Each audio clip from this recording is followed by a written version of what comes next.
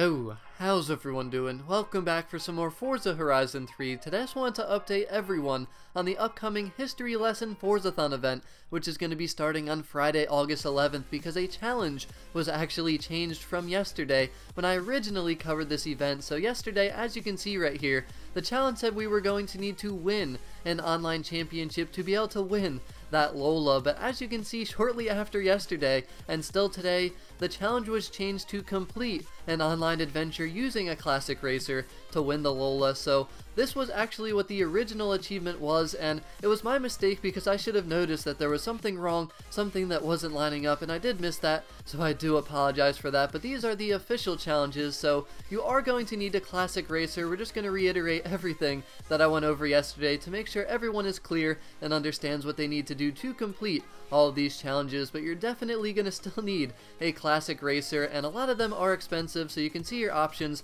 Just go into the auto show and sort for championship, and then you'll be able to find the classic racers there. So I'd pick a cheap one like the Fiat Dino is the one that I'll be using. And now we're going to need to do an online adventure, so you can do a public match, but I highly recommend that you do a private match, and keep in mind you do need online connectivity to do this, so if you do not have online you will not be able to win the car, sadly. But I recommend doing racing only, because if you do racing you're actually going to be able to complete 3 of the challenges all in one shot through one event. So as you can see, the other challenges are to complete a race in a classic racer, and you're going to get 55,000 XP, so that challenge should be done as long as they let online races count as a single player race, because it's saying a normal race, not an online race, but it should count. It usually does, and hopefully it will. And then the last challenge is to complete any event, and you're going to get 15,000 XP, so all 3 of those should be done in one shot when you do the online adventure. But keep in mind, for the online adventure,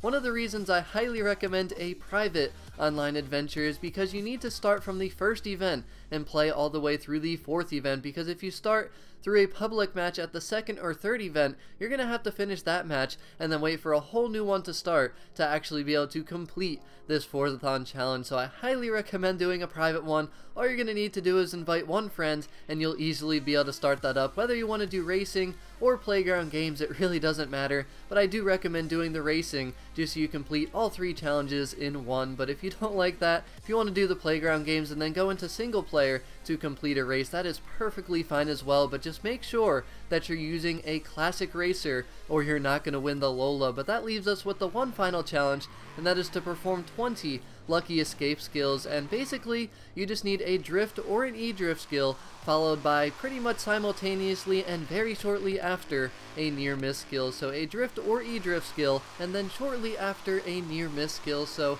Surfer's Paradise is very good, plenty of turns where you can drift around and always a lot of traffic, but this really doesn't require any good driving or good drifting. All you have to do is drift around and just avoid some traffic or some drivatars, and you're going to see those lucky escape skills pop up pretty quickly and easily. But I do recommend using a Drift Skills Boost Horizon Edition car, just because you're going to get a lot more skill score for that. But that is pretty much all you need to know for this Forzathon officially. If anyone still has any questions at all, please just let me know. I really hope that everyone finds this video to be helpful or useful, and keep in mind, once again, this event will not be starting until Friday, August 11th, and it will end very early on Monday, August 14th. But as always, thank you very much for watching. Have a great rest of your day, and I'll talk to y'all again very soon. Peace out. Invincible.